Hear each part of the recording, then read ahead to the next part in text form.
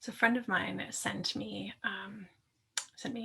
a sponsored ad that came through their Instagram feed, and people send me these things fairly regularly, just to show me what's out there. And I appreciate it because I have cleaned up my feeds tremendously, unfollowed and reported ads and hidden stuff, and just, told the powers that be, I don't want to see this diet culture crap. It still sneaks in here and there, because they're co-opting our hashtags. And so this particular one, is supposed to be this like special no numbers scale. And when you get on it, so it's not about numbers. And if you've seen some of my posts in the past, you know that I am not a fan of people tracking numbers. So they created the scale so that it's not about the numbers. At the surface, that may sound intriguing, but of course you start to dig deeper, and I just lose my shit. It frustrates me so much. So the scale, you get on it, and then it, instead of flashing a number, flashes a different color screen on the app. And what's interesting is they show the screenshots. And so when you're on track, not with a number, but just on track, it actually congratulates you on either maintaining or losing weight. So they talk about weight as long as you're losing it or maintaining it. But if you're not losing weight, then you get these motivational health messages of, it's time to do something for your health today. Okay, so that was the first thing, that, yeah, if you're losing weight, we're going to talk about weight loss, and we're going to congratulate the weight loss piece. We're not going to talk about your health. And I'm glad, I guess, because they're not actually related. But that's besides the point, because on the other end of it, you get these gray colors instead of these vibrant colors. And how is this any different than seeing a number? Go!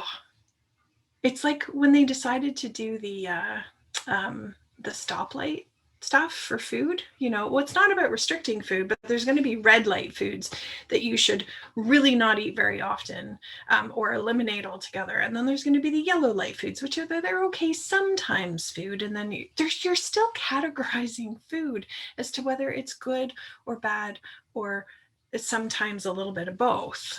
It just changes the way that we're presenting it. It doesn't change the actual thoughts. It doesn't change the delivery and the underlying message, which is the part that's so bothersome. Now, this little scale thing, it even goes so far as to present the research that shows that people are unsuccessful at maintaining weight loss by the 5-year mark. This is pretty steadily and consistently shown. Not everybody gains back all the weight and then some, although many, if not most, do.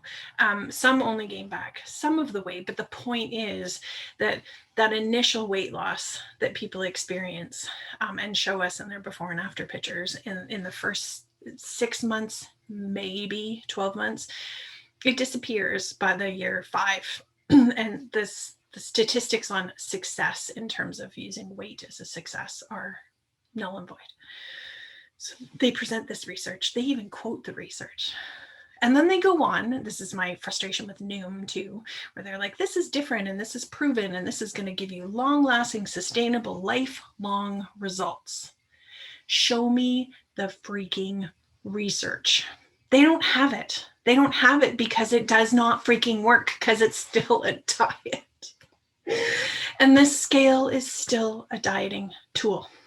It's still a dieting tool. It is still taking you away from your body, away from yourself, and putting the success and on things that are totally outside of your control. Weight is not a behavior. It's not a behavior. So this company then posted, well, They said that they had a certain number of people, a significant number of people that had maintained their weight loss at the end of the year mark. Two problems. One, they didn't quote the research. I cannot actually go and find that research anywhere. This is like the Noom research. It is needle through haystack trying to find the research. Thankfully, I'm going to say her name wrong. Regan Chastain, I want to say, actually found the research and dissected it beautifully. But it's hard to find. And if it's really hard to find, that's a bit tricky because it means that I can't fact check. And when I can't fact check, it's a problem. So that's problem number one, that they didn't actually cite the research for me to then evaluate on my own.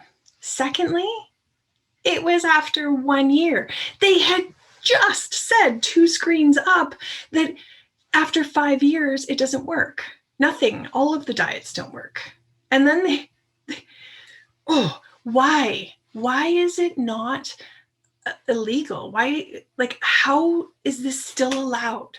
Why are they continuously allowed to make claims of lasting weight loss when it does not happen? Why? Why is this allowed? Okay, that's my rant for today. I'll see you again soon.